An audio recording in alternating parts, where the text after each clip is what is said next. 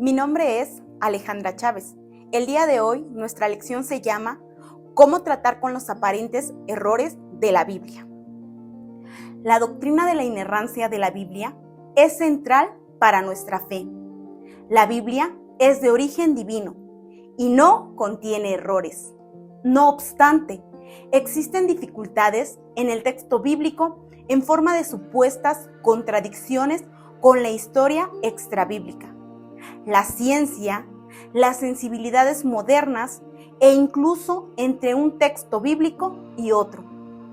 ¿Cómo tratar con estos aparentes errores en la Biblia? Para contestar esta pregunta, debemos aclarar lo que queremos decir cuando afirmamos la inerrancia de la Biblia. Podemos definir la inerrancia así. La Biblia, en sus autógrafos originales, es veraz en todo lo que afirma y su veracidad se percibirá cuando se lea bien. Al momento de tratar con dificultades en la Biblia, tengamos presentes las siguientes implicaciones de esta definición. 1. Lo inerrante son los autógrafos originales. Técnicamente, la inerrancia se aplica a los manuscritos originales de los libros bíblicos, los autógrafos. Dios no prometió la inspiración a los copistas. Si no crees esto, reúnete con unos amigos y pónganse todos a copiar a mano un libro bíblico. Seguro habrá discrepancias entre sus versiones. Los manuscritos bíblicos son inerrantes solo en cuanto conservan fielmente las palabras del original. Lo bueno es que se han descubierto muchos manuscritos, de modo que podemos constituir el texto bíblico con seguridad en casi su totalidad. No obstante, a veces puede haber alguna duda sobre detalles textuales menores. Tomemos como ejemplo el versículo de Apocalipsis 1:8. Compara este verso con la versión Reina Valera, con la versión de la Biblia de las Américas. ¿Debe aparecer la palabra Dios o no? Cuando nos encontramos con dudas de este tipo, la inerrancia exige que investiguemos cuáles de los manuscritos reflejan la lectura original. 2. Las intenciones de los autores indican lo que el texto afirma. La definición de inerrancia indica que la Biblia es veraz en todo lo que afirma. Así que, si queremos saber qué es lo que realmente afirma, es necesario identificar las intenciones de sus autores, indagando el propósito por el cual escribieron. Por ejemplo, hoy sabemos que la semilla de mostaza no es la semilla más pequeña, pero Jesús dice que lo es en Marcos 4:31. ¿Esto es un error en la Biblia? No lo es. Jesús presentó una parábola acerca del reino de Dios y usó un ejemplo que sus oyentes originales entendieron. Jesús no tenía el propósito de corregir conceptos erróneos sobre las semillas. 3. La forma del discurso indica lo que el texto afirma. Debemos respetar la forma del texto bíblico, es decir, la naturaleza del lenguaje que los autores bíblicos usan. Entenderemos mejor la Biblia si dejamos de tratar su lenguaje como técnico e hiperpreciso, como si fuera un libro de matemáticas o física. Más bien, el lenguaje de la Biblia es ordinario, muchas veces parecido a nuestro lenguaje cotidiano. Además, la escritura está llena de metáforas, hipérboles, parábolas e incluso ironía. Debemos reconocer estas características del texto y leerlo de forma natural. Por ejemplo, el salmista habla de cómo se mueve el sol, nace y se pone, en Salmos 113:3. Pero hoy sabemos que el sol en realidad no se mueve alrededor de la tierra. Entonces, ¿el salmista cometió un error? Debe ser obvio que no.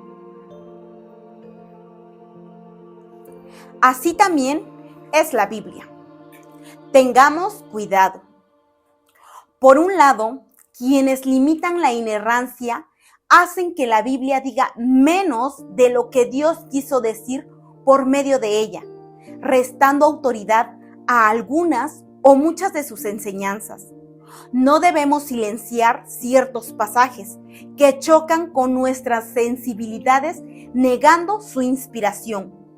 Pero por otro lado, tampoco debemos hacer que la Biblia diga más de lo que Dios quiso comunicar cuando no entendemos bien lo que realmente pretende afirmar. Si somos insensibles a las intenciones del autor y a su uso del lenguaje, podemos llegar a sostener posturas bien extrañas, como aquellas que afirman que la semilla de mostaza es la más pequeña que existe, o que la Tierra está al centro del sistema solar. Al mismo tiempo, muchas veces no entendemos la Biblia porque no la leemos bien. El teólogo Kevin Van Hooser dice que la palabra de Dios es plenamente fiable. Sus intérpretes humanos no tanto. En vez de dudar del texto, debemos dudar de nosotros mismos. A menudo, los errores que creemos ver en la Biblia se deben a nuestras limitaciones como lectores. Ellos pueden relacionarse, como vimos, con la falta de sensibilidad literaria para interpretar bien el lenguaje de la Biblia. Nuestras limitaciones también incluyen la falta de conocimiento de los contenidos y contextos bíblicos. Por tanto, debemos acercarnos con humildad a las dificultades que hallamos en el texto mientras nos esforzamos en ser mejores lectores.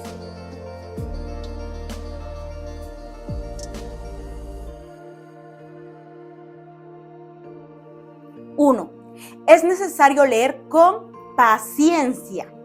Cuando nos topamos con textos bíblicos aparentemente contrarios, lo fácil es simplemente decir contradicción y dejar que aumente la incredulidad.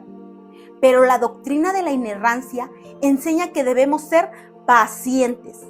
En vez de sacar una conclusión prematura, debemos estudiar más, y no para comprobar la inerrancia, sino para entender mejor el texto bíblicos. 2. Es necesario leer con el espíritu. Recordemos que la lectura de la Biblia es una actividad moral. Muchas veces se tuerce el sentido del texto porque los humanos caídos detienen con injusticia la verdad. Romanos 1:18. Necesitamos la iluminación del Espíritu Santo. Necesitamos que Él remueva los prejuicios pecaminosos que nos ciegan y nos capacite para recibir y practicar el mensaje del texto. Sin el Espíritu es imposible leer bien la Biblia. Primera de Corintios 2:12 al 16. 3. Es necesario leer con fe. Por último, ¿qué hacer cuando, después de orar y trabajar, no podemos resolver una dificultad que percibimos en el texto?